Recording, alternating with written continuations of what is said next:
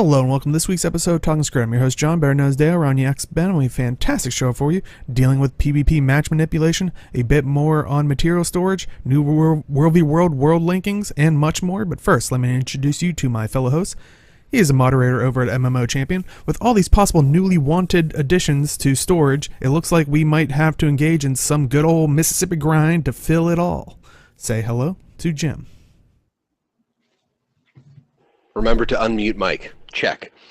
Hi, everybody. Nice. And he streams over on Twitch, where he answers the age-old question, with the new PvP lobby and now WvW Linkings, what is going on in the Mists? Say hello to Age. All the Condi's happening in the Mist. All of it. And I'm just kind of curious about Mississippi Grind, because I've never heard of that movie before. But, hi.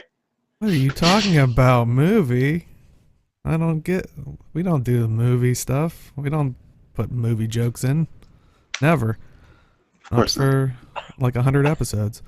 And you can see his stuff over on Twitch and YouTube at MMO Inks. I heard the way they are going to deal with AFK Farmers. They send the character to him for a death sentence of deletion. Say hello to Inks. I will happily accept that job. Oh, man. There you go. That'll be fun times, right? Yeah. All right, let us jump into it. This past week, they talked about dealing with PvP match manipulation and how they're going to handle it. So basically, a message from the PvP team. They have received many reports this season about match manipulation, both on the forums and in-game reports. Their investigation revealed that a few players were sharing a handful of accounts, which is clearly against the user agreement. So, if you are doing that, stop. You could face, whatever this is or other situations. But, yeah, they also said while the investigation into this is still ongoing, at this time they have enough evidence to take action, and as a result, they decided to give dishonor to the offending accounts for the rest of the season. And as their investigation continues, further action may be taken should they feel it's appropriate. So, is that going overboard on this match manipulation? I mean, or do you guys think it's a good thing that they're doing this? You're not going to manipulate matches in unranked. There's really no reason to do that. So giving dishonor, meaning they can't gain ranked, that basically removes anything they would actually want to do in the mode. You're not going to be gaining the rewards that they were trying to game the system to get. So yeah. It's like people were saying, like, and AFK farmers are getting banned. Well, AFK farmers are getting temp bans. Their bans have an hour duration to them, or a day, like a number of days.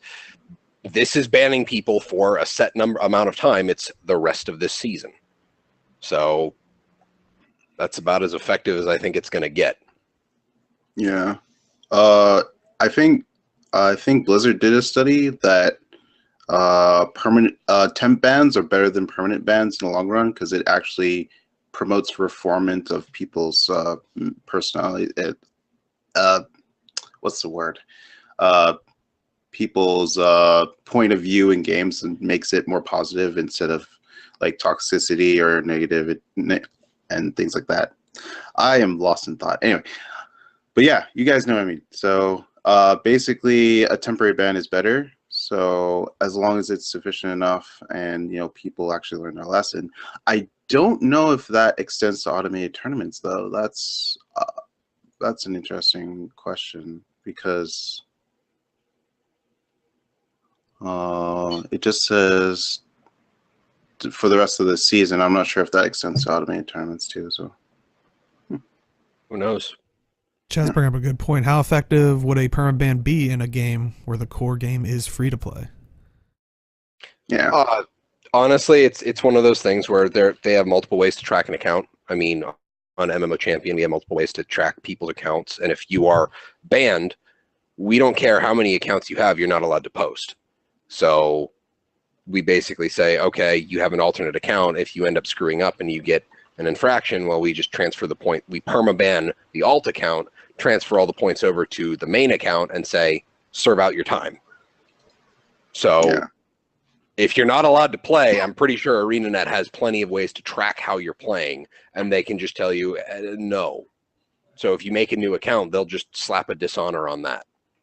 Yeah. Well, the other thing too is usually when they ban, usually they don't ban just the account; they ban the IP address. Now, don't get me wrong. I think the people who are doing this already know how to get around that, but I don't know. It's interesting because I think in 2012, ArenaNet, without question, would have banned the account without even thinking about it. But it seems like we're in different times now, right? Where they're, I would say over the last 3 years or so, maybe 4 years almost now, they've been a lot more lenient, right? Since probably 2013 or 14, they've been a lot more lenient with how they ban, how long they ban for, the different types of bans, for example. So the pessimist in me says that they're doing this because the community is not that large to begin with, and that they wouldn't permanent ban these people unless they did something even worse than this. Mm-hmm. Yeah. I mean, to kind I of go guess with it's age. fine. I mean, I guess it's fine anyway because they're not going to get rewarded for doing this. But I don't know. I feel like if you did something similar to this in PvE, they would just ban your account, wouldn't they? I think if you're a repeat offender, because like Jim was saying, like they've kind of gone the route of, 24-hour bans, maybe 72-hour bans, depending on the thing. Now, if you're a repeat offender, then eventually they'll probably be like, okay, you're not learning your lesson. And I mean, I Right. haven't seen the study that Age was talking about where Blizz looked into it, but if that is true, I mean, maybe ArenaNet is learning themselves of like, and it's good for them in the sense of, especially in a game, maybe not so much in PvP, but if you're if you're a PvE player, all your, skins and stuff, I mean, that still carries the PvP, but, probably not as heavily. But I mean, if they ban me and, someone's like, well, just get a new account, I'm like, I gotta get all my skins again. I'm just done with the game. Like that would be me. Like, but Yeah, I feel like I'd be the same. I even I have alternate accounts, and I still think I would be done with the game. I have an alternate account that has like 15k AP, and I still think I would be done. It's just doing, it's catching up to your original account, where maybe you would just play the game differently. But yeah, I mean, it definitely would. It would definitely put a bad taste in my mouth, even though I'm in fault. Even though I'm at fault for doing the bad thing, Well, I think it's the sense of if you look at this like sunken fallacy cost, well, there's no way of you getting that back. You're like, do you want to do it all over again? It's like, you know what? This is where I'm going to step. Like, you help me break free of it. Whereas, the 24-hour or whatever, or the rest of the season, it's like, okay, well, I'm going to take if you only play PvP, okay, I'm going to take a vacation for the rest of the season. If this is the person that doesn't learn their lesson or learns it, hopefully, they'll come back next season and still be a customer. Because, I mean, in the end, sorry guys for a lot of the other things we talk about, they are a business. They do want people to come back. I mean, granted, yeah, they probably would make more money if someone bought the copy again, but will they? Or like Chat was saying, if it's free to play in, for the core game, they don't have to. So I think it's a smart move on their part in that sense. Oh, they are ineligible for tournaments, Mofongo? Okay. Oh, that'd be, yeah. I mean, I feel like that's a pretty good punishment. I guess it's good enough. I guess. Yeah, for a level, a slap on the wrist of, you're hitting them where it hurts, and at least it's not permanent. So. Well, I think. Correct me if I'm wrong, Age, but I think like the study that you were talking about said that like permanent banning somebody isn't really that beneficial for the company necessarily. I don't exactly remember. I just remember that it's better to have a long-term. It's better to have time bans rather than permanent bans because one, it is good for the company because like that person will come back, and secondly, the person is more likely to reform their ways rather than just permabanning them and they just go to another game and do the same thing. So Right, it's a matter of a death sentence versus time in jail. Yeah. I just don't ever want them to implement a low priority queue. I don't ever want to experience that in my entire life in any game. For those who don't know, it's a prison island concept where if you are caught cheating or being toxic or what have you and you don't get banned, you just get put in low priority queue with everyone else who behaves the same way. Mm-hmm.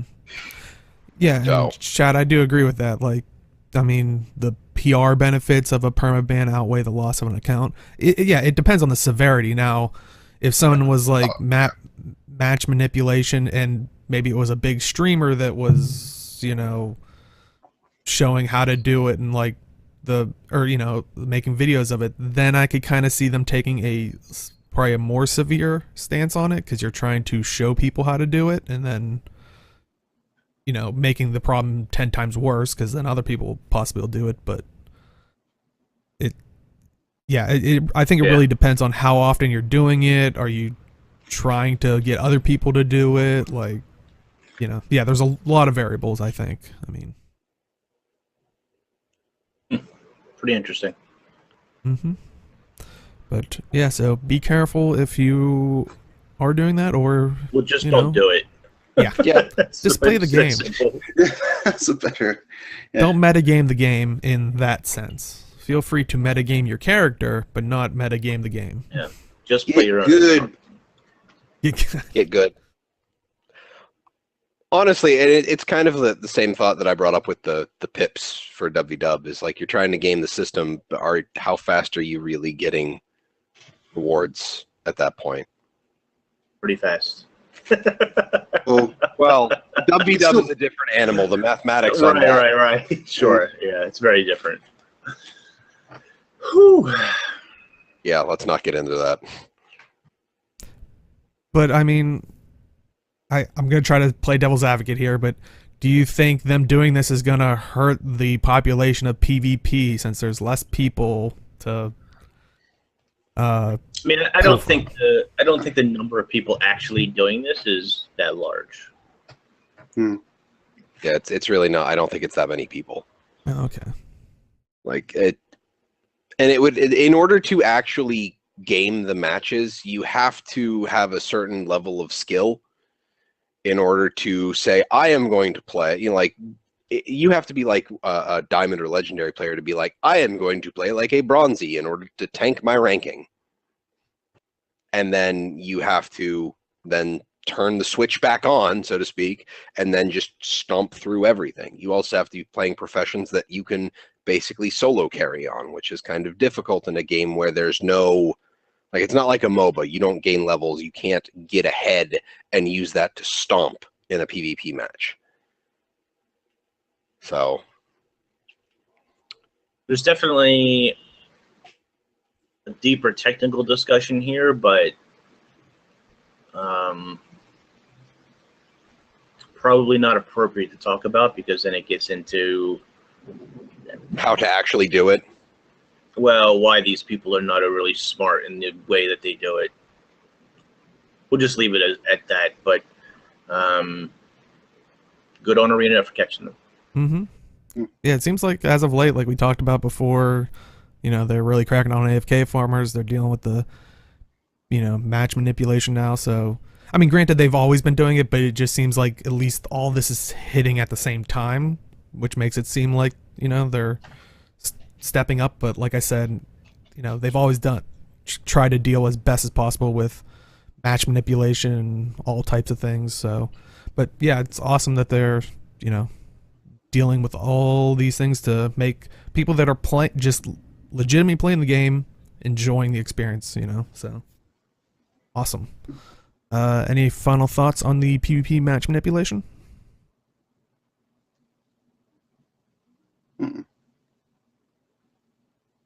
Yeah, Chad's also saying you could, you know, well, I mean, that's also a learning process, so I don't think that would be considered match manipulation unless you're you know. But if you're alternating professions, for anybody that's just listening, maybe your worst and best ones, but Yeah. If you see me on engineer and rank, then that's a problem. So I do not play. I played one game of engineer in PvP, and I've won that game. So I have 100% win rate on engineer in PvP. That is Never gonna ruin it. That is never going to change. similarly, if you see me on a profession in ranked PvP, I shouldn't be there. But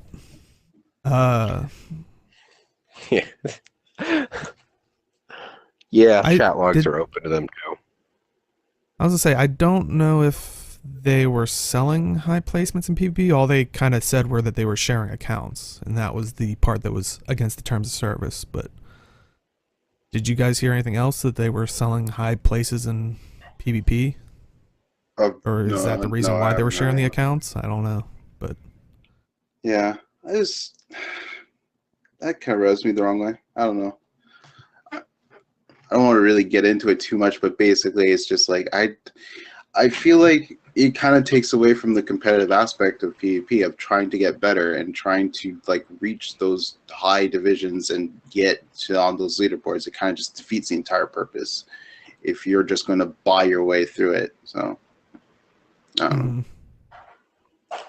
It's kind of dumb. Yeah. But okay, well, that is that with the PvP match manipulation. Basically, don't do it. So in the past couple weeks, we talked about the material storage and all that stuff, and the additions that could possibly come to them. Even more information this week. So they came back and said some of the rejected ones from the previous weeks were no, and we'll go through all the rejected stuff and then probably talk about them more in depth of your guys' thoughts and also chats. But no lumber cores or pruning shears. They count those as trophies used as guild hall decorations, which they said they were already opting out for. No golden fractal relic or integrated fractal matrices, I guess. No writs and tomes. Darn. No strategic defense map of the mists. No toys and tonics, and no essence of time. So Yeah, that pretty much makes sense. yeah. Yeah, I well, I mean- love the writs and tomes. I can understand. That's the one that's kind of annoying because like it's the one thing a lot of experienced players have but just don't know what to do with unless they like making a ton of ults. I feel like the gold fractal. Well, no, because the gold fractal relics are used in crafting, right? Yeah, I guess Well, not. I honestly feel like Yeah, I'm fine with that. system Really, should. I kind of feel like the system should have been more designed so that anything that says is used in crafting and it has like the listing there. Like I kind of feel like one of those things where it should just be those things should go into material storage. Yeah. Like, and honestly, I don't think a lot of the stuff that goes in the Mystic Forge, I don't think that should, like, if it's just for the Mystic Forge, if you buy it and it has no crafting discipline listed on the tooltip, that doesn't go into material storage. It's not a material yeah, and for crafting. on a previous list of hers, the original list that she submitted recently, she had a list of those things like crystals and Eldritch scrolls and that kind of stuff. And I agree with Malthanis that I don't think that those she talks about budget in one of these things as well, and I feel like those really could have been cut. And somebody did question that, and her response was that there are a number of recipes that use an odd number of those, so you're always left with like this leftover. Mm-hmm. And I get that, right? I do understand that, but I feel like that's just something you can keep in your bank. I don't really think you need material storage for that, to be quite honest. Yeah, I guess I can live with that. Just buy what you need when you need it. And if you are left with 3 crystals or whatever, then, I mean, it's one bank slot. I don't know that that's really or one slot on your character or something. I don't really know it's that big a deal. I don't know. I mean, I kind of, but Age brought up a good point. One of the previous weeks we talked about this is that, you know, if you've got the portable Mystic Forge, if you've got, I mean, Miani doesn't show up in any of the, you know, Terrace Pass or airship things, right? Like you can't, is there a Mystic Forge attendant at each of those? Yeah. Yes. Yeah, and there's one in World vs. World, too. Yep. Well, there goes that idea.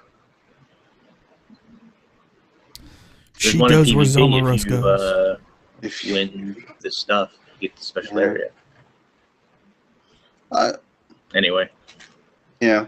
I mean, it's more of a convenience thing when you have those. It's just that you don't have to like go to a Miani Mystic, or you don't have to go out to a Mystic Forge every time you want to do that.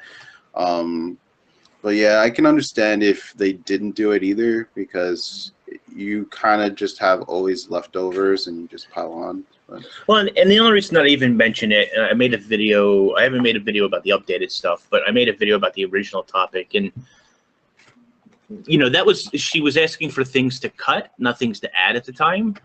And like on the list that she had, that was really the only thing that I seen that I didn't really feel like needed a spot, or that really warranted a spot.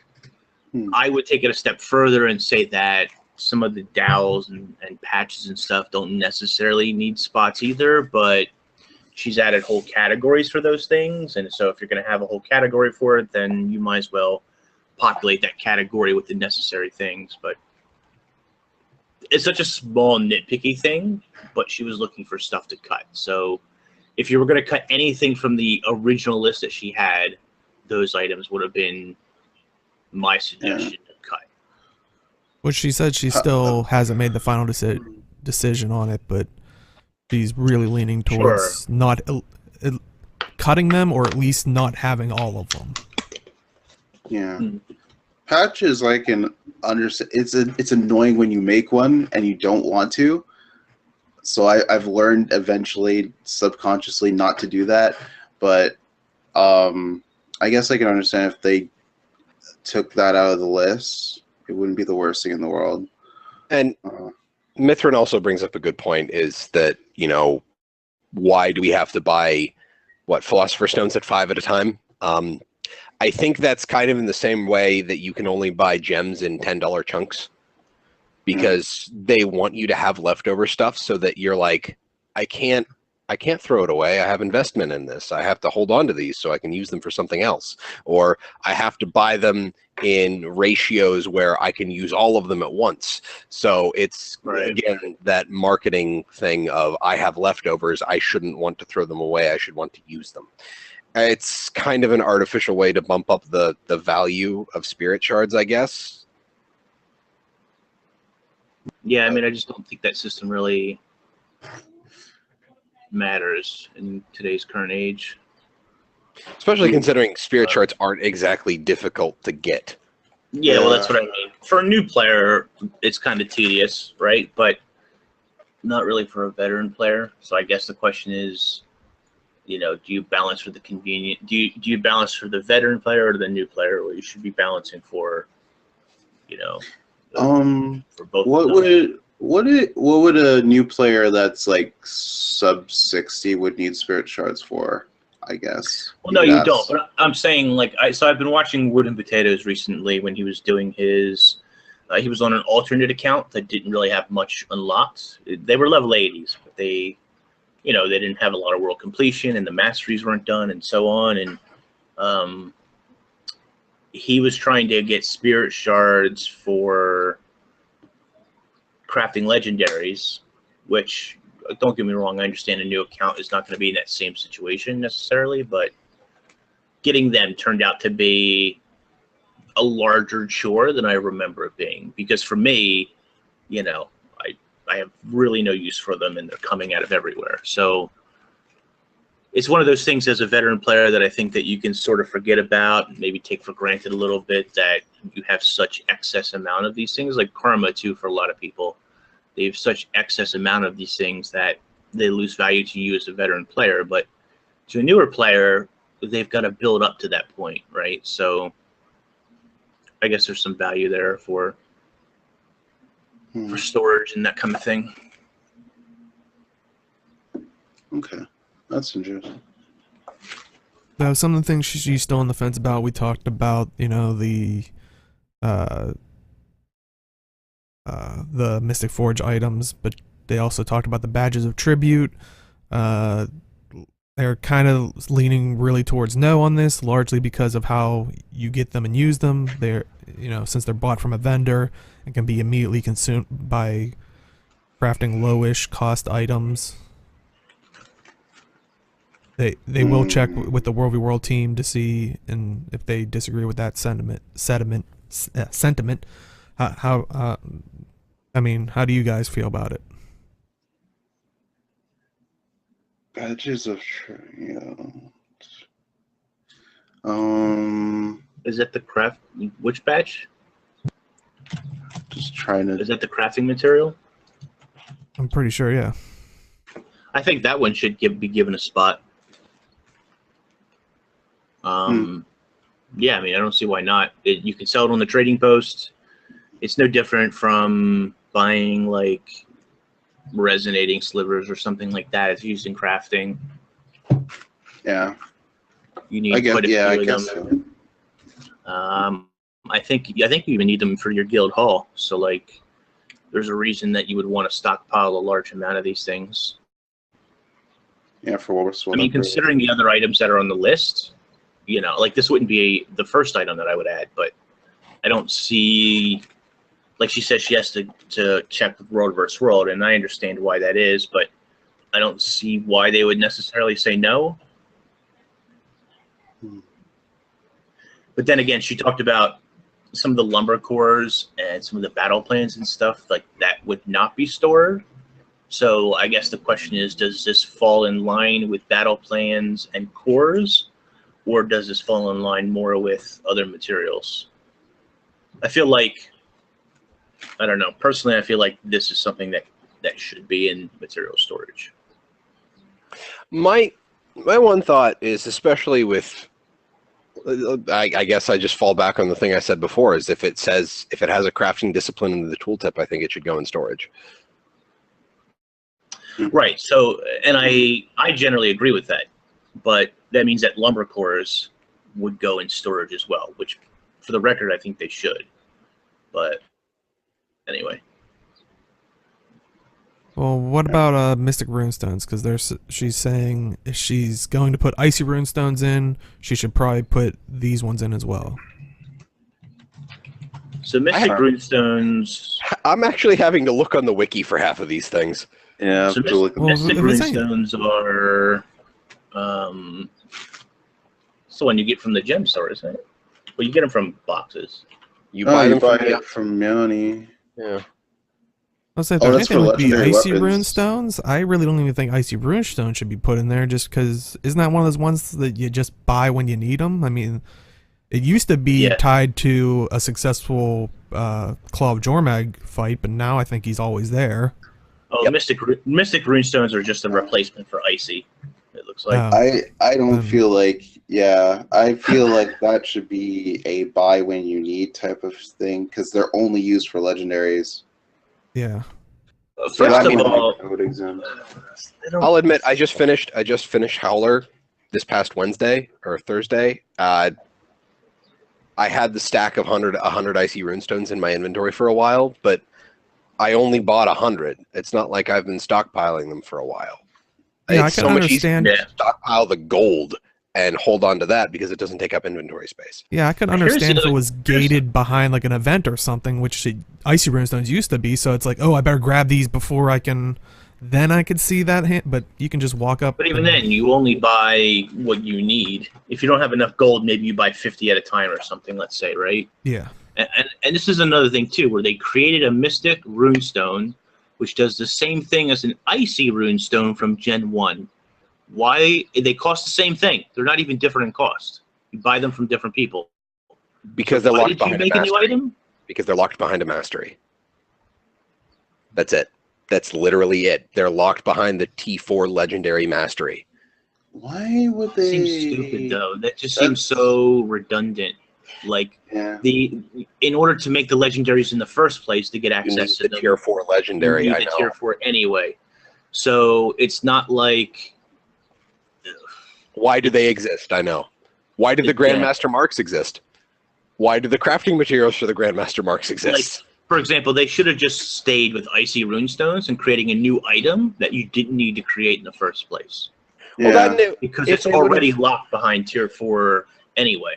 Well, that and the other thing is it would have had the people who got Heart of Thorns and weren't exactly super familiar with all of the original game content. They're like, icy runestones, the hell is that? They go up there and like, Claw of Jormag gets them. Like, they made, like, the first time I ever did Claw of Jormag, I showed up right as he got shot out of the air.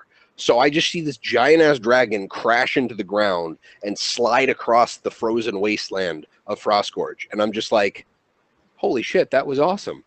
I still think it's an awesome thing every time I see it. Because it's just well animated. It's a really epic moment.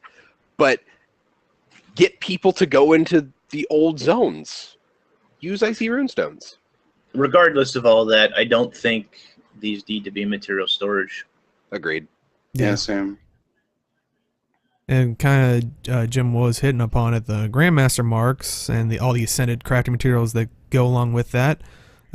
She was saying how that one's gonna be more tricky, and she really said was she'll consult the PvP team and the fellow rewards people that are. I feel like that has to go in. Yeah. That has to go in for the sole reason that they put it in. They're for crafted. crafting purposes. Yeah. I'm not You supposed put to it in have now. one. This is your punishment. You figure out how to put it. Do it. I'm sorry. It's a bad That's- system. Really that is. yeah, that I can't let that one slide. I think those materials should go into material storage. Yeah, I kind of think along the same lines. If this is granted solely the PvP way of crafting, it's still crafting. It's Well, you need them for PvE as well. I mean, they're Yeah, not you need exclusively fractals. PvP. okay. So, yeah. Yeah, they put those dumb things in all of the ascended purchases. Yeah, I haven't really They wanted to crafted so unify- late because Except of raids. sadness. They wanted to unify those systems, and like, it's just not a good system. Yeah, like Chat's saying, and kind of goes back to what Jim was saying is, they put so much into the world, and no one explores it, and they do these little small things that even make it so they don't have to go out and explore it. So yeah, it's. Yeah. I didn't entirely mind the whole, hey, go out and do events to unlock your traits thing. I minded when it was like, you have to assault the temples in Ore, but the defense events didn't count for it. So you had people intentionally failing the events, but I liked having to go out and do shit. It was a good breadcrumb. Yeah. Mhm. But I mean, Yeah. it always seems like they had. I don't know want to call it like trouble communicating or something, but I mean originally what was it, the first Halloween they added more events, but they didn't say what they were or anything, but no one really knew where to go. Where they It's were. like, yeah. and now they kind of steered it towards like more of a like on rails like structure, like go here to check it out, and Well, now they're pulling I've people said- out of the zone. So, but Like we've talked about it before. I think what they've been doing in the patch notes now is like bandits have been spotted all across Kryta. Back when the bandits showed up and then the executioners showed up and you still have the encoded orders and stuff. I like that because then they at least give you a rough idea of, hey, go to this zone, yeah, go explore this zone. Or these sets of Magical zones. anomalies have been spotted in these locations. Bloodstone beasts have been spotted all across Tyria. It's been a better system all in all up at this point. Yeah. I mean, there are some zones. I liked the reason I liked the original idea of legendary crafting is when you actually went out into the world and you went to places that you don't really normally go to, like Dredge Haunt Cliffs or something like that, and you learn about the Jotun things. I actually really enjoyed the Bifrost storyline. You learned quite a bit about the Jotun there. So So I feel like I honestly feel like current events was kind of, instead of the legendary crafting thing anymore, current events was the way to actually bring people into the zones again. So I kind of wish they would do that more. I understand that they probably don't have the time right now if they're working on expansion stuff, but it'd be really nice if they could bring that back again. One of the other like last things that they were considering were marks, talismans, seals, medallions, and crests. And while she has zero desire to put all 25 into storage, she will rethink crests specifically because of their inclusion in amalgamated gemstone crafting. So I kind of wish all of those items were more useful than they are. Yeah. yeah, Like when I get them, I like, A kind lot of of items that fall into that category. well, like the gemstones that you can craft from jewelry crafting, the marks and talismans and all that. I kind of wish that they were more akin to like the rune word system from Diablo 2. oh, that'd be Like cool. you've got the rune sets, and they give you a stat. Like if you have all 6 of them, you have a desired effect. And generally speaking, what they've been doing with balances is they want you to use the full set. Right. Like I've very rarely seen a point in time where you don't want all 6 pieces aside from the Nightmare Torment combo, like the 5/1 for some Condi builds. Condi Rangers. Yeah, Use was 4-2. yeah. There are some, and I think they're okay with rare. those rarely, but I think that the talent, like I kind of want the talismans and the gemstones and stuff to be a better raw stat equivalent. Like if you just want raw stats, socket those into your gear. If you want abilities or unique procs, go for the rune sets. So I think that would honestly be a better way to redesign them. Mm-hmm. But Yeah. you know. As for actually, honestly, I just hate amalgamated gemstones as a concept. I'm surprised they didn't go into storage when they were implemented in the game. So, like, they should have been. Like, that should have, like, the second they were created, they should have gone into the material storage. I don't understand why they're not. But I don't know, like all of these talismans, I think that, you know, if they're used in craft, well, no, like I said, this amalgamated gemstones with the talismans, those are Mystic Forge only, right? You toss them to the Mystic Forge? Yeah. Yeah. Wait. Yeah, no. Amalgamated gemstones, you put there are some recipes where you use crest to put them in the forge. But they're Mystic Forge recipe things. They're not a crafting recipe thing. Yeah.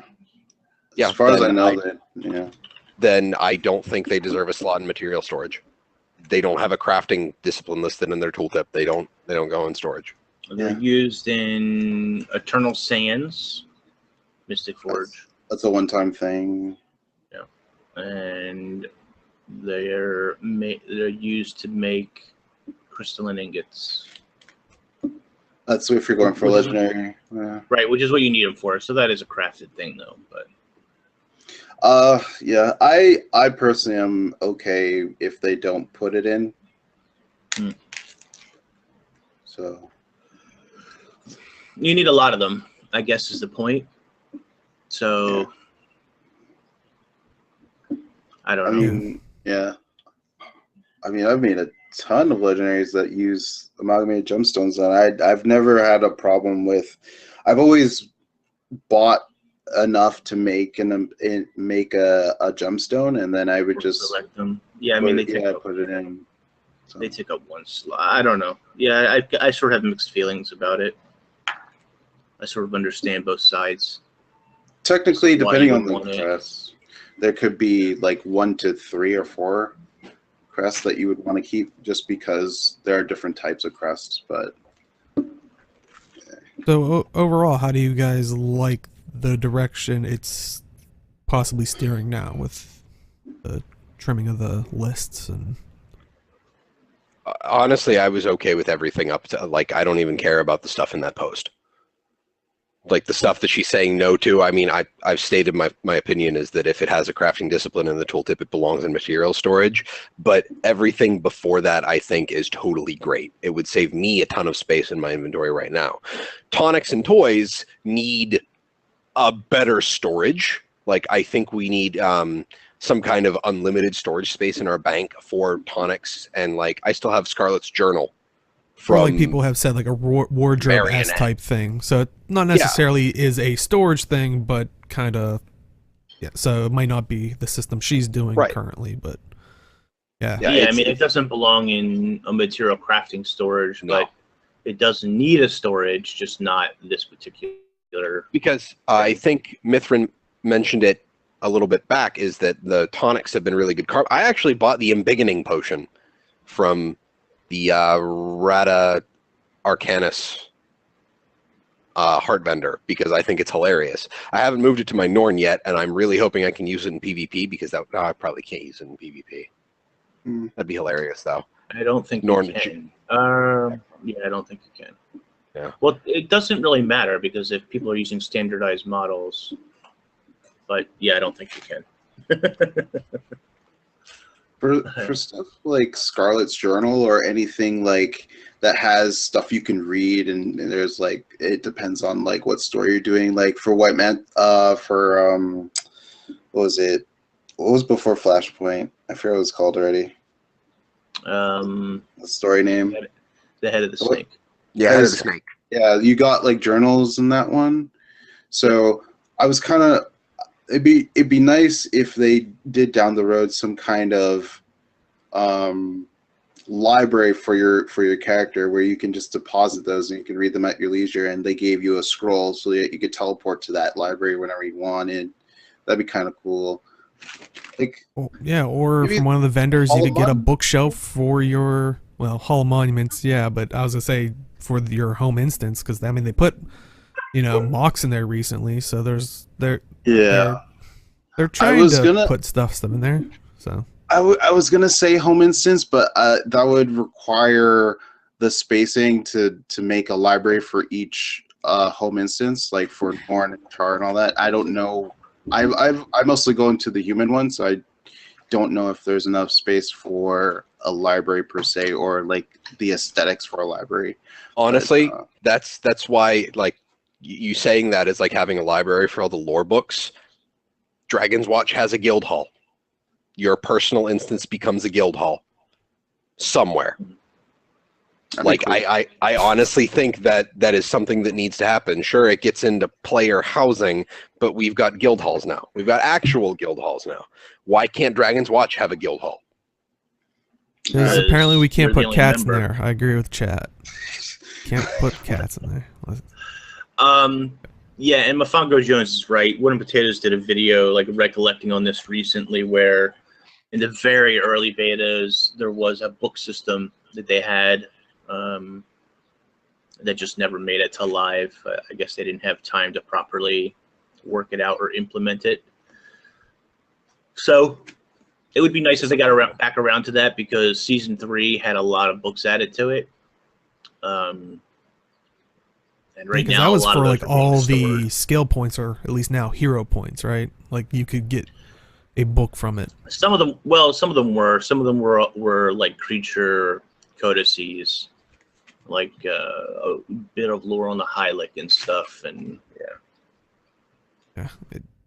it was tied to hero points mostly. Yeah, it would definitely be nice, and would allow people to go pick and look at like the lore from, you know. ESO has a really great system for that. One of the things I loved about, I don't know what it's like today, but at least when I alpha tested it, and even when it got to launch, it had a really great system for like a lore book system. Books you could find in the world, doing a dungeon, going questing, going into particular houses and libraries and stuff. You could pick up all these books, and it stored them, and then you could read them at any time you wanted. I think ESO, like I said, I don't know how it was in beta for it, because I really didn't heavily do anything in beta. But I I know for ESO, the way it works is books you pick up in the world, they're, lore book kind of type of thing like that. I think similar to what Skyrim and all the other games pretty much had. It levels up your mage's guild, experience that way. But I think after a certain point, you do a quest for the mage's guild that gives you an ability called eidetic memory, which allows you then to, and it does it retroactively, so it's not like you have to go back into the world. But I think that's once you get to that point, which if you're doing the main story and stuff like that, you usually get that. But yeah, I like that system, kind of like what you're saying, and there's achievements attached to it of getting all the stuff from this series and blah blah blah. Well, think about it this way. So if you go to the German Priory, they have a library, not even in the special instance, just the basement. The special instance furthers that. And there's a lot of books there to read, a lot of little bits of lore. But if you want to read that stuff, you got to go back to those locations. And that's not necessarily a bad thing, but it is kind of a bunch of loading screens to jump through, hoops to jump through every time you want to read that stuff. And then you'll have players who just will miss it, right? But if you had a collection system or a storage system for that kind of stuff, then I don't know. I think I'd like to see something like that. Honestly, there's just so much more storage that we'd like to see. Yeah. Yeah, and it's not even pertaining possibly to, yeah. Is it UI on top of UI on top of UI, or is it a bookshelf system somewhere, or whatever? I don't know what the answer is, but yeah. Which we right do now, want the to answer is keep it in your bank or your inventory, and that's not the best solution. Which I think it's still important to address or remind people that she is doing this as like a side project thing. This isn't like Sure, yeah. So if you're absolutely hating this and like yelling on the forums, like do remember she's probably spending time after work and off work hours trying to do this. So I mean the stuff like Jim said, like up until this point he's liked all the stuff that was getting added. So I mean. First off, thank you for even considering it and doing so much so far. So, but yeah, I can't wait to see the final list. Confused why it wasn't a more modular system in the first place. Like the fact that it takes this amount of effort, I don't. It's interesting because I feel like they could have avoided a lot of the materials they added in the game if they kind of just went over a list of things a little bit better. And saying what do we actually need that's new versus what we propose to put in type of deal. There's definitely materials that exist in the game too that they don't reuse often enough. Blade shards are harder to get now, I guess, so maybe that's not a fair comparison. But Foxfire, for example, is used for 1 or 2 recipes from Maudry, and once you make it, you never need Foxfire again. Such a waste. Given the data loss, do you think it will come with XPack or earlier? It's a good question. That is a good question. Well, she's rebuilt all that data, right? So she gave a 22-step process, and I think like right now we're on step 18 or something, and that is share it with the community and get feedback and then reiterate on it. So, I think it's possible that we see this before the expansion, but it wouldn't surprise me if we didn't see it to the expansion either. Yeah, because because she did say she had it in close. mind. Yeah, she did have the expansion in mind because I think that we were talking about last week. I remember even Inks mentioning it was she already allocated what was needed for the expansion, supposedly. Okay. Well, okay, so yeah, and this gets into a deeper discussion about budgets, material budgets, where she had said that she was over on her material budget for this system that she wants to integrate, but that season 3, once it's all finished, is now under budget. So whatever they have decided for the last episode, she knows that whatever they originally budgeted for, and most people who have dealt with budgets in real life know that you usually over budget, generally speaking, so that you can always come under budget. but so she's under budget for season 3, so she saves some there. And there was a line where she said that they were currently under budget for the expansion, which is not necessarily a bad thing. Like I said, people tend to over budget for things to make sure that they have enough room for stuff. But it does mean that she has some more free room for this particular project. But any final thoughts on the storage system and budgeting of the storage system? I am just Now, happy. Yeah, I don't know whether Lindsay will ever hear this, but I just want to thank her for taking the time to do this. This is something that she does in her free time. This is not a work requirement in any way. This is just something that she sees as a problem as a player herself, and she wants to address it. And that means that she spends a lot of free time where she could be doing other real life things, family, children. I guess family and children are kind of the same thing, but family and other Social and life. activities, etc. Playing the game herself, maybe, whatever the case is. But she's sacrificing personal time for us, the players, and I would just like to say thank you, because I know that a lot of the great features that we've had in the past come from like these side projects, and I'm not sure that players always realize that. Yeah, I was gonna say, I may be. Yeah. Okay. I was sorry. I was just gonna say, like, I may like complain like this should be a material storage and things like that right now, but it's like I understand if things don't go in. You know, I'm not gonna like raise my pitchfork. Right. How dare you? Yeah. So, I am opinionated, but you know, I'm also a reasonable person, and I understand. So, I know that's weird to say on the internet. So, Yeah, and you know, Action game. like MaxStat says, yeah, and I kind of enjoy when they kind of mention that. Like I unfortunately don't remember the person's name, but the person that did the action cam, I remember when they did the stream, because like they even said that they were nervous, and then I was like, I think the next week out on the show, I was like, I want to see this person actually stream the game, because he played like the way you think, and I don't know, it just showed like his love and passion for the game while he was showing off, you know, what he worked on. But yeah, so I'm always glad like to hear that. Like, I don't know if other companies just never mention it. They're like, no, they all did it during their, you know, hours that they put in. But I'm glad that they, you know, give credit where credit's due. Like, this person's, you know, spending time after what was it? Was it Chris Cleary that was doing that was helping us get Halloween right after Hot, or was it? I think so.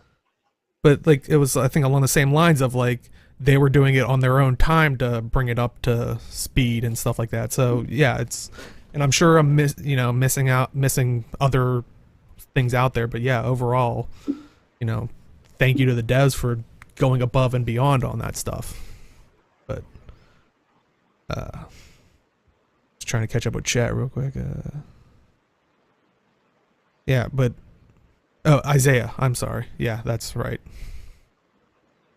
But yeah, it was Isaiah. So apologies that you know, like I said, there's a lot of devs that It's been a while. Yeah, but yeah. Overall, any final thoughts on the storage? I'm just Can't happy. Yeah, can't wait to get it. Yeah. So let us talk about this past week. We got some WvW Re-Linkings. So if you weren't liking the team ups that you had going into the new reward system, it has hopefully changed for hopefully the better.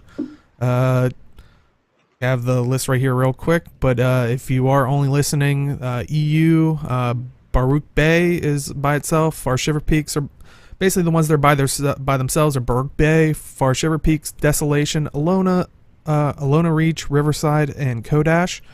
And the ones that are teamed up are Abaddon's Mouth and, oh boy, Dizaganar. Sorry.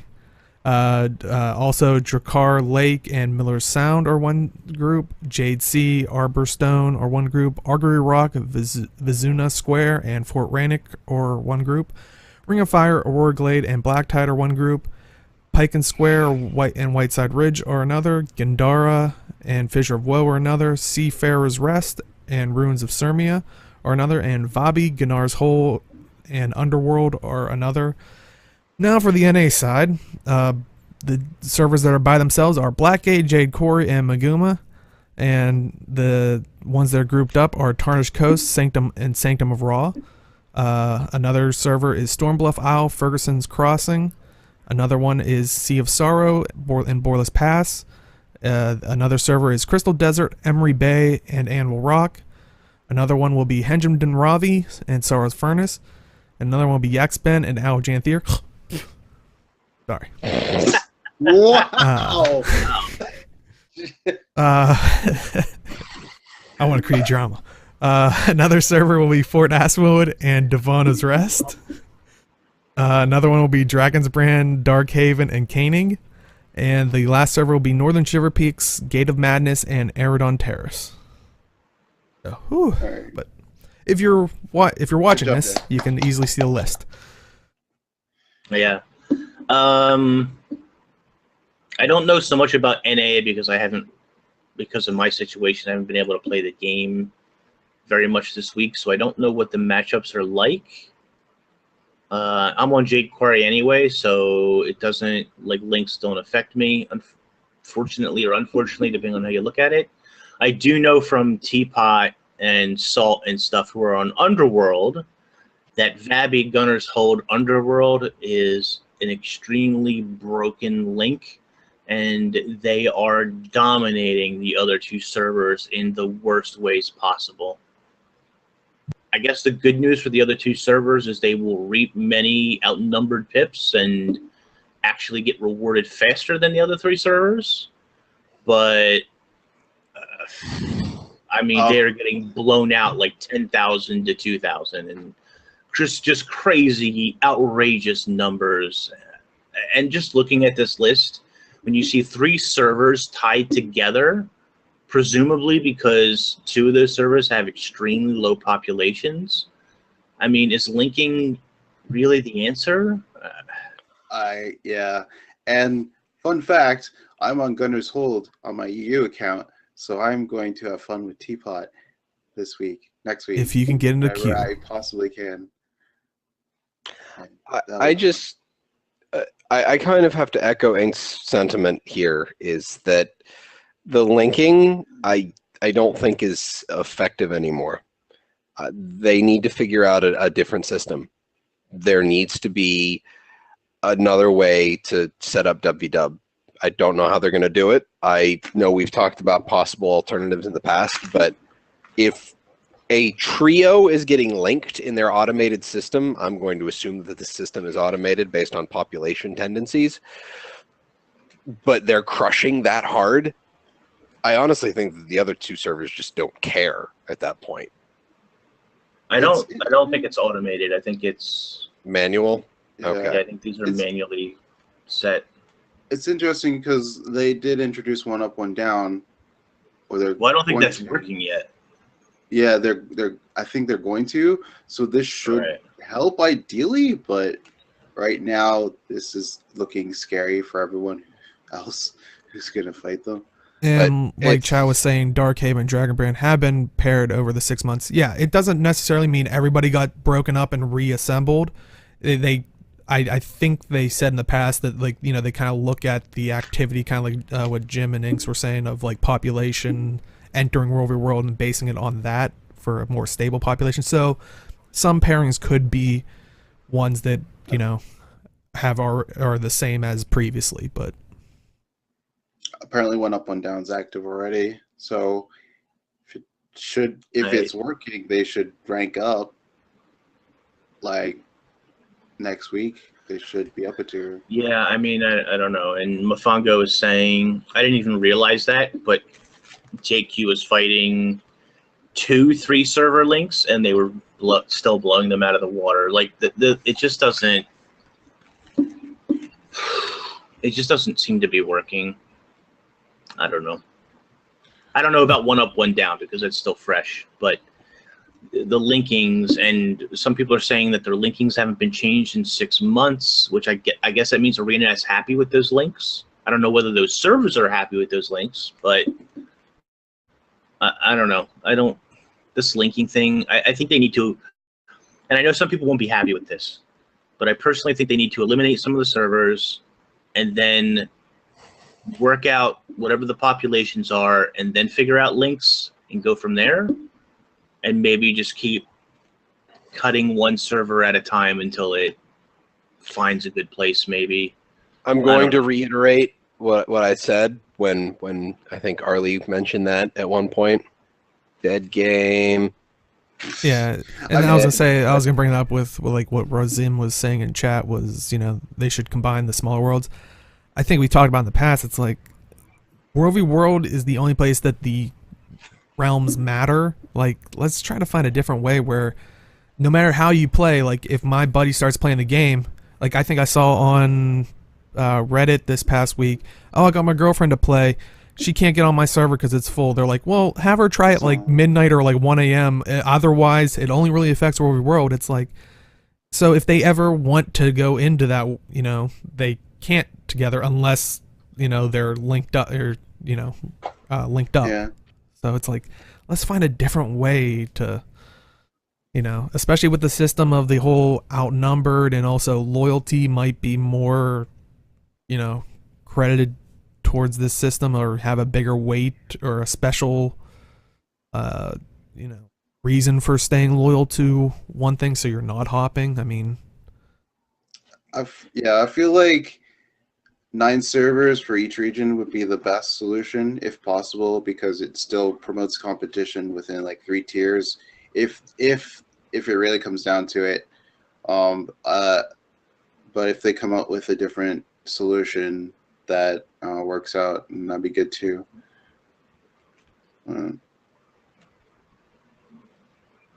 Yeah, and that's the other point that Razim brings up, is getting people in a guild on the same server if you all want to play WvW.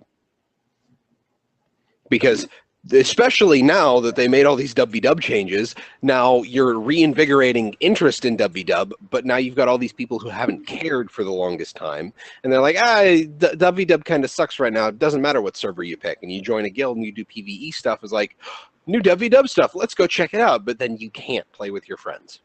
Mm-hmm. So yeah, unless you're willing to pay. Yeah, but you can't.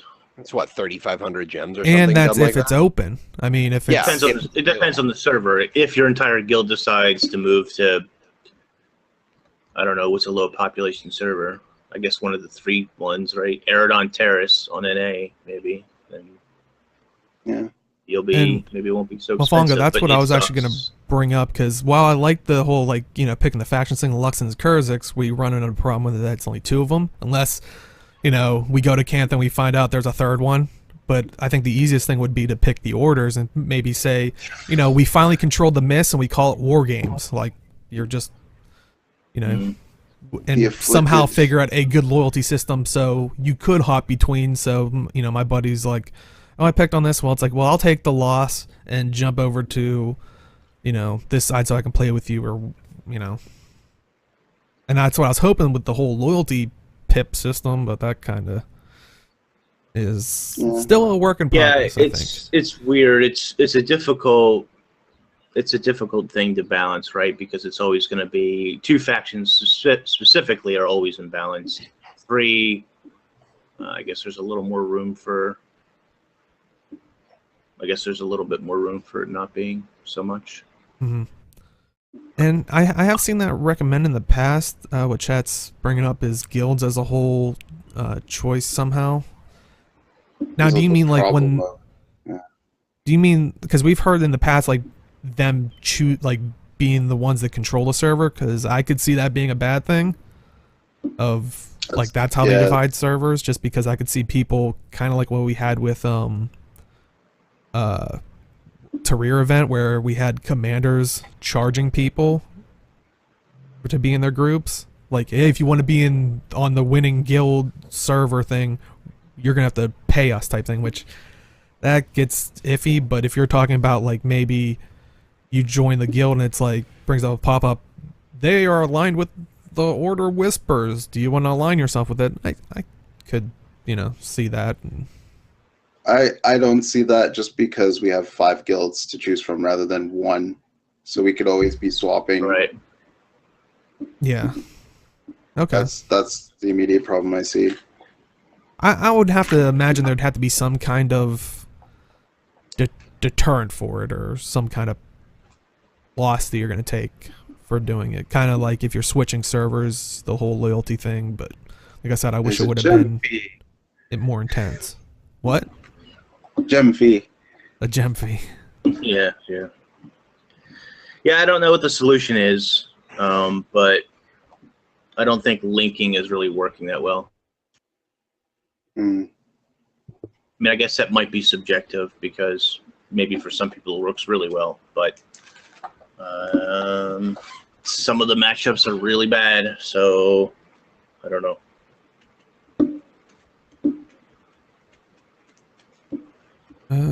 They can make it that you choose one of the guilds as your reward. I mean, if you could designate one, or if but that's. I guess it works for matchups, but if that's the only system that's in place for this, why doesn't everybody just call themselves a World guild? Because if it's not going to affect PvE or PvP stuff, I mean, I would have to think about that, honestly, about guilds being representing which faction you support type of deal. I'd have to think about that. Yeah.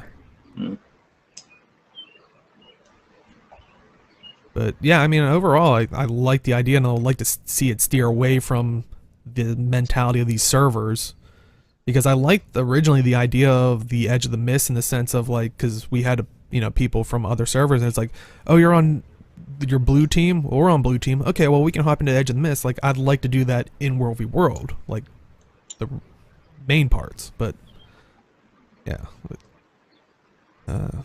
guilds as the one they're doing World v World stuff with that week.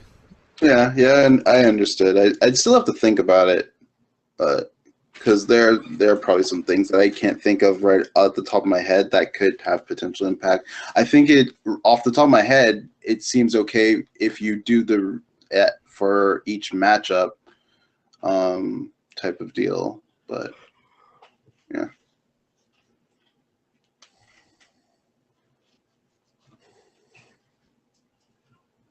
Yeah, that is the issue with Edge of the Mist is, because your color can change or whatnot.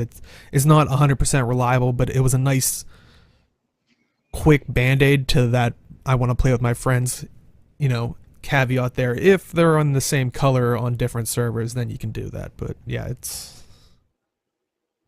it's still relying on the servers, which, once again, we go back to, let's kind of move away from this server loyalty that is weirdly there. Even though I just, as reading them off, I had to do my disgusted spit at Aljanthir, but the only PvP I can ever seem to see Deo playing is WvW, so yeah. Which it will increase that if I have people that are on different servers going, oh, I want to hop into World v World. Oh, okay, well, let's do it together. Like, because it's more fun to do things with friends. Yeah. Especially if they're there. Any final thoughts on the World Re-Linking? Yay. Zerging with Teapot, yay. I'm good. Okay. Well, hopefully you're active at your keyboard when you're doing it, when you're zerging with Teapot. Yeah, obviously. Speaking of AFK. Yeah, because some people aren't doing that in other parts of the game. Like Bitterfrost Frontier. Transmission.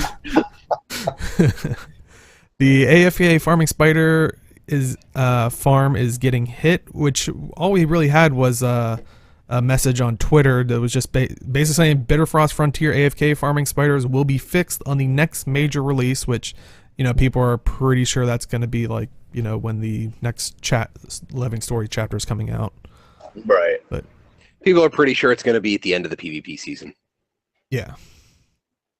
Well, I'm pretty sure it's going to be at the end of PvP season. Other people seem convinced every day that we're going to get an announcement, and it's going to be much sooner than that. Like last week, there was at least 3 different days with 3 different Reddit threads on today is the day of the announcement. Why would they? None of those days. Why would they ever announce and pull people away from the ranked season? Like that would actively hurt PvP at the end of a ranked season. Those people that are fixing matches need something to do because they can't do the season. So I will say wait. There were 2 episodes in season 3 where it did not end directly after a season. So there is precedent for it ending not at the end of a PvP season. However, there's a lot more cases and times where it does end, where the next story starts at the end of a PvP season. So, I mean, it would just be really bad marketing to have another Living Story chapter drop in the middle of a PvP season. And I think it was the last 2 or 3 releases all happened at the end of a PvP season. The argument that people are clinging to and making is that August 7th, I believe, is the last day or the end of the PvP season. And I'd have to look at a calendar. So either August 7th or August 8th would possibly be the release of the next story.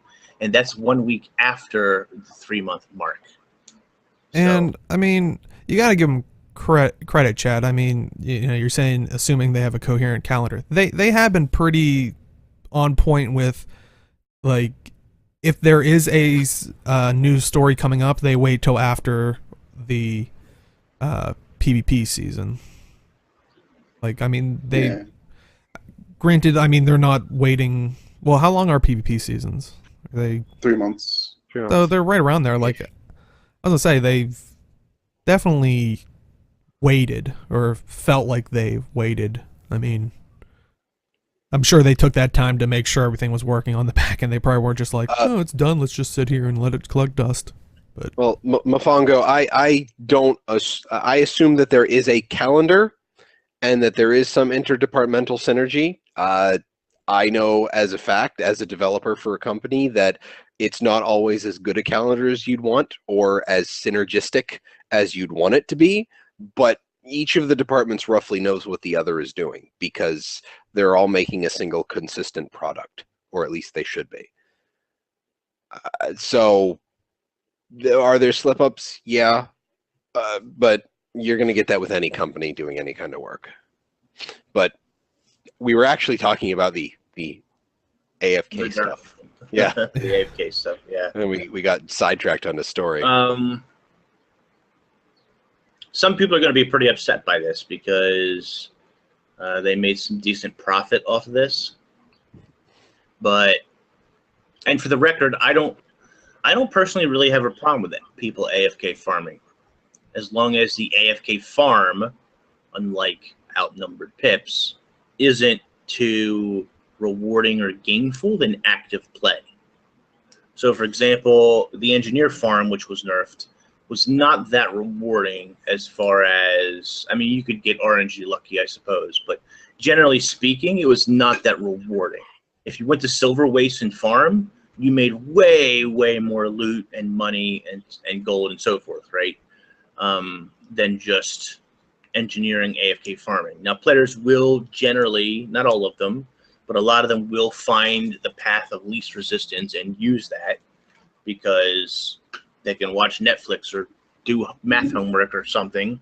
But, ArenaNet made a statement, Chris Cleary made a statement that said that AFK farming was not healthy for the game and that they didn't really want to encourage it, so they nerfed the energy farm. And if you're going to do that, if you're going to make a statement like that, I feel like it's important to follow up to other areas of the game, and that seems like what they're going to do with Bitterfrost after many months of reports, I am sure. The problem, and this is what I asked him on Twitter, was that you know, you're going around and you're fixing these particular farm spots. Hey, that's great. You know, good on you for doing something about it. But don't you think it would be more productive? What I actually asked them was, you know, have you guys discussed changing turrets and minions and things like that about giving kill credit or allowing it to work in the way that it does? Because that's the real problem. That's the reason that these farms exist and why they're possible. And he said that, of course, that wasn't his department, which I fully understand. That's not, you know, Chris's department. So I didn't necessarily really expect an answer from him on that, but he said it was discussed and that the implications of changing something like that are far and reaching. I'm paraphrasing, obviously, and that for now, at least, this is how they're going to deal with it. Honestly, I think the biggest thing that I found in the Reddit thread where this announcement was made is people speculating that Centaur mercenaries have now set up trebuchets in Bitterfrost Frontier, totally not catapults. Yeah, he said it wouldn't be that. It would be something else. Honestly, I have no sympathy for AFK Farmers. I don't. I mean, I realize I realize the game allows that to happen because you get credit for minion kills and pet kills, and you can auto cast something. But it's one of the things. A couple of friends of mine who were really big into Guild Wars 1 said that there were a few builds that were at one point in time unkillable. But instead of nerfing the builds, ArenaNet introduced enemies into the areas that they were farming that broke the builds if you weren't careful. Like enemies that would strip enchantments. So I'm totally okay with them, like the trebuchets or the catapults in Lake Doric. I mean, I haven't been there since they made the change, so I wouldn't know. It's kind of a mess. That's what I was reading, is that basically nobody does it anymore, and they need to freaking fix that, because in order to finish my legendary, I needed a stack of T6 refined leather. I've seen like small groups, but it is hectic. I went in there. Silver. Yeah, I went in there, and if you have pets, they're useless because it's constantly raining down, trebuchet fire. Don't the pets take reduced AOE damage, or is there a knockback to it? There's a knockback, so Yeah. literally they can't do anything to like the mobs, like so. It really. The farm wasn't that great to begin with for leather. It wasn't that great a farm to begin with, and then you added these catapults, which solved your engineer problem, but then Impacts the actual players. Right, it impacts the actual farm, and the farm wasn't great to begin with, and still isn't that great. So people do it. It's not that they don't. It's just it's not done.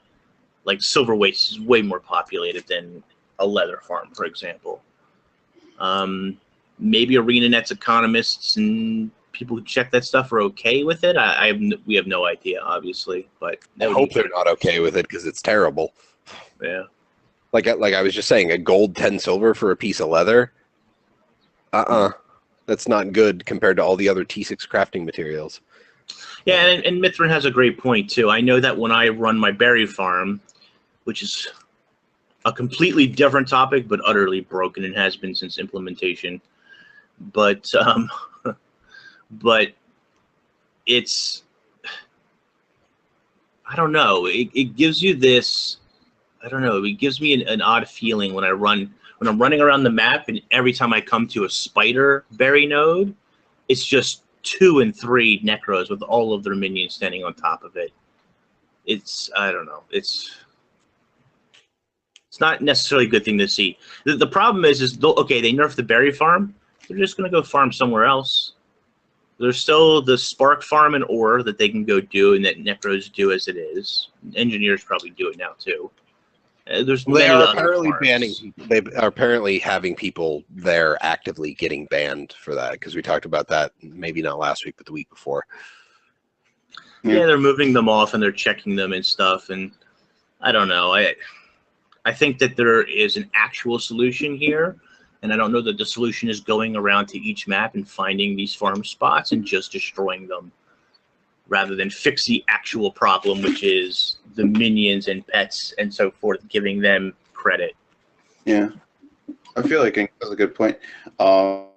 It would save you a lot of time if you could just solve that if you could just solve that problem. Any future farms or any farms you have now would just be a moot point because you Right. solved And again, this isn't on Chris Cleary. You know, this is not even his field of work necessarily, but you know, I think there is a deeper discussion to be had there. I know that apparently it has been discussed at some length. At what length, we don't know. But I feel like they should revisit that. Yeah. I don't know what, like, Razem, I don't know what they would do to remove kill credit from somebody who has, like, an auto-target or an auto-cast AoE. Like, Yeah, because there are builds that do a majority of their damage through a summoned entity. Like, I know there are some ranger builds where they do a lot of stuff to buff their pet. There are necro builds where you're a minion mancer. I mean, that's your whole point. So your minions are supposed to do the damage for you. So it's not quite the same as in WoW when, as a ranger, the whole point of your pet was more to play off of it. Like, most of the damage is still coming from the character as opposed to the pet. So it's an odd situation because it's a completely different game. So. Yeah, Mofongo Jones, and that's the big reaching thing that is sort of hard in scope to sort of imagine, is changing kill credit from minions, or, for example, how particular skills work could hurt other parts of the game unintentionally. And so that's why, that would be my guess from what Chris's response was as to why those changes just haven't been made. And I don't fault ArenaNet for that. I don't. I mean, obviously they discussed it, they looked into it, and there's a viewpoint or an angle of this that I'm just not understanding as to what it would damage by not letting pets get kill credit, let's say. But any final thoughts on the AFK spider farm? Not really. it'll be interesting to see what they do. Yeah. I mean, I'll play slight devil's advocate. Maybe they're just trying to get a lot of material so they can sell it off and then trade their gold in for gems so they can buy some awesome stuff in the Gemstore. And Ouch. always thank you to Dolphy.net. Check out Dolphy.net so you can check all this stuff out and spend your gems more wisely. So first up, we have the Fuzzy Arene hat for 400 gems, and it is a armor headpiece, so you don't have to worry about the whole pesky outfit thing, but you cannot wear it with an outfit. But you can kind of see it there. It's kind of similar to like the Quaggan hats and whatnot, but it is of our beloved little pet dragon in the in the most recent living story. It's only twice the price of those Quaggan and Panda hats. Yeah, Totally a deal. because it has Steals. Arene on it. Deal, guys. And I jumped into that with Inks when he tweeted about it, when he said exactly that it's only double the price of the equivalent hats. It's like, forget hats, forget in-game stuff. Why is there not an IM 8-bit Arene plushie? Like, Yeah. they are. You just would make all kinds of money if they had that. Coming this Christmas. I'd buy one. You know what? Blizzard might still do this. I haven't followed it in a long time, but something Blizzard used to do that I loved was that they would, and they were much smaller than like the Britlock plushie. I don't know how big the Quaggan plushie is, but I think it's pretty large. I actually have it in the other room. Next time I'm on, I'll remember to bring them so you can see the difference. But you bought a plushie from Blizzard, and they were like $25, I think. 25. The Griffin and the Wyvern plushies, and then you Right. got the mini pet in game. And then you got a mini pet in game, as well as like the plush in real life. Mm-hmm. They would sell a truckload of those things if they did something like that. Hmm. And then the benefit that came out of that is that you also got, like, when Mists of Pandaria, or was it Cataclysm that introduced the pet battles in World of Warcraft? Miss, because that's all I did once I bought that expansion. Yeah, like if they actually get to a point where they introduce Polymorph, if anyone takes that up as their Are you saying I can use side this hat to project. battle with? I am in. Well, I you can choose wear you, the fuzzy hat while hat. you're battling, but it's just one of those things where that's like they need to do that. They if they sell physical merch, like if you got a Quaggan mini, like the Quaggan plushie, have a Quaggan mini code with it. If you sell the Aurene plushie, get a like the mini plush Aurene with it. I mean, I actually love that idea because looking at this hat, this is the weird thing. I would probably get it in real life. You would buy the hat in real life? And if it had that code, I would probably never use it on a character, but I would have it in my thing. But I would probably get it if it was a physical item, kind of similar to what you guys were saying, like, you know, however they much want to price a hat for, but $25 and then you get the code or whatever. But yeah, I would use that one. Yeah, I mean, I couldn't speak as to how well hats work or how expensive that would be to make, but plushies really are not that expensive to make merchandise wise. Yeah. Yeah. So, but yeah, it's a big market. It's sounding like kind of like a unanimous pass on the Aurene hat, but for the 400. Yeah, for an Asura, that's about it, if anything. Yeah, it looks like speaking of that, I think I've only ever seen these on Asura. I don't think I've ever seen any of these plushie hats on anyone else. I haven't been paying attention. Yeah, I think I've seen them on like goofy Norn setups, like the Quaggan ones, but it's too expensive for what it is. I know the game has to make money, and hey, believe me, I'm not interested in this item. Sell as many hats as you want for what is it, 400 gems? Sell 100 hats. I could care less, but it ain't worth it. Not to me. That's just my opinion. Obviously, other people will feel differently about it. And if you bought a hat for 400 gems and you enjoy it, good for you. But for 100 more, you could have the gloves he's wearing in this picture,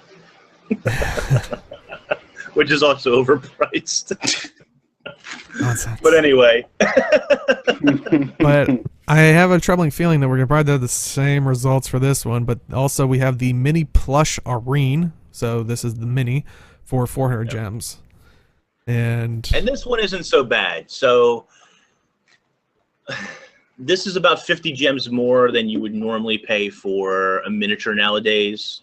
There's a whole argument to be made about the increase in the fluctuation of miniatures since 2012, but times changing. Yeah, it's inflation. I get it. You know, times changing, whatever. This thing is only 50 gems more than, say, the Bloodstone Pet Rock or whatever the heck it was, or those things like that, where they're normally 350 gems for those miniatures. So this guy is an extra 50. I guess it's not nearly as bad. Yeah, I'm gonna go with Razim. The picture on the left looks really odd. The eyes. It looks like the entire face is just flat. I kind of like that effect. It gives it that look. It's like it's not real. It's and that's, I feel like, gives it a way that it's kind of like a toy or some kind. So right. I just.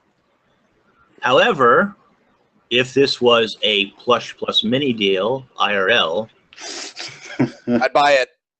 I mean, you could probably go on certain websites. I mean, probably like I Am 8-Bit, which right now, they're doing their Xmas in July sale, which is which we can throw the link up in chat if you're interested. But I think most items, I think I looked, all but 2 items that they had were 20% off. So I know, like, if you wanted some of the Profession t-shirts, which I don't think they have a Revenant one yet. I kind of just quickly looked, but if they do, I mean, I Am 8-Bit does. Well, actually, you know what? Okay. Both sites now have a Revenant t-shirt. They added one to the other website finally. It was that was a couple months ago, but yeah. Yeah, the Heart of Thorns soundtrack vinyl. A lot I of still like need to get. like art posters and stuff like that. Like a lot of awesome stuff. And if you're watching this on YouTube, we will have the link down below. But yeah, it lasts till July 8th, so definitely hurry up if you want that. And like I said, the majority of the stuff on sale, like they have the pins there, like the order pins and all that different stuff. So a lot of, cool, interesting stuff. I own the Ranger t-shirt. First of all, their t-shirts are pretty nice. But the Ranger t-shirt doesn't look the way it shows. The icon is correct. The t-shirt color is an actual, I wish I had it handy. I don't. It's in the wash, but it's like a dark green. Oh, okay. The Revenant t-shirt's pretty much on point. You've seen DeRoyer wear, if you watch other podcasts, DeRoyer wears his quite often. But I have the Revenant and I have the Ranger one, which I bought for myself. And they do have a Quaggan plush a Quaggan plush. Unfortunately, it doesn't have a mini code, but they do have a Quaggan plush. What they don't have anymore, which is a bit of a shame, is the Christmas Quaggan plush. I think that was an exclusive, wasn't it? It was limited, It's like, believe it or not, I have. Believe it or not, I got for Christmas. I have one of these Guild Wars 2 Quaggan sweatshirts. You won't see it. You won't see it until the holiday seasons, but yeah, I actually have one of these. Nice. Pretty nice. well, definitely. Like, hey, if you want to get your Christmas shopping out of the way for your favorite Guild Wars 2 player, you can do it right now. Look at that, and save 20%. But yeah, that. I'll leave my PO box down below. I won't, because I know I'll get Quaggan stuff, and that's it. But, yeah, that's pretty accurate. Also, the Gemstore Christmas in July thing is still going on. Yeah, that'll. Just I think. Started. Yeah, It just I think started? That goes, Well, Because it's July. It just started last week, but yeah.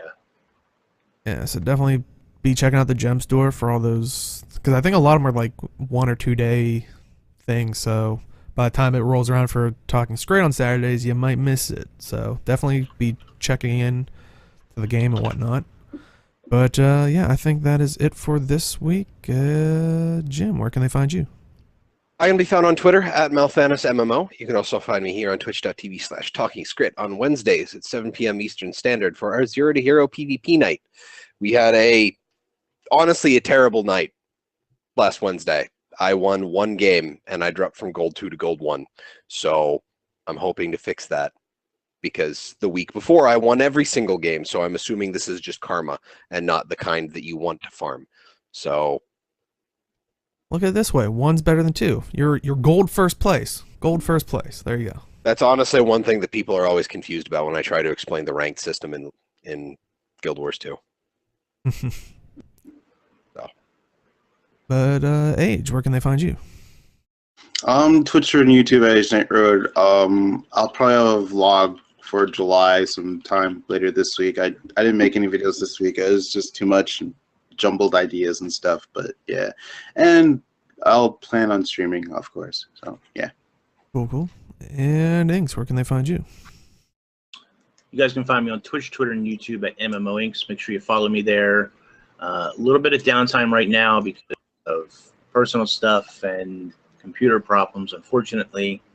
But I'm hoping by August that I can clear at least some of that stuff up and get back to production. Awesome. And you can find me at simply_Dale on Twitch and Twitter. And if you are just popping at the very end, we'll do a little bit of an after show, so do stick around for a bit. If you want to watch the show in full, definitely check us out on YouTube. Just search Talking Skritt. It's usually the first one that pops up. If you're watching this on YouTube, if you want to make it out for the live show, join in chat. We talk back and forth with them. We go live Saturdays at 4 p.m. Eastern, 1 p.m. Pacific on twitch.tv/TalkingSkrit. And I would like to thank this week for the hosts. I'm still going to butcher your name. I apologize. Jaibu and Serene Virus. And as always, we will see you in the game. Good night, everybody.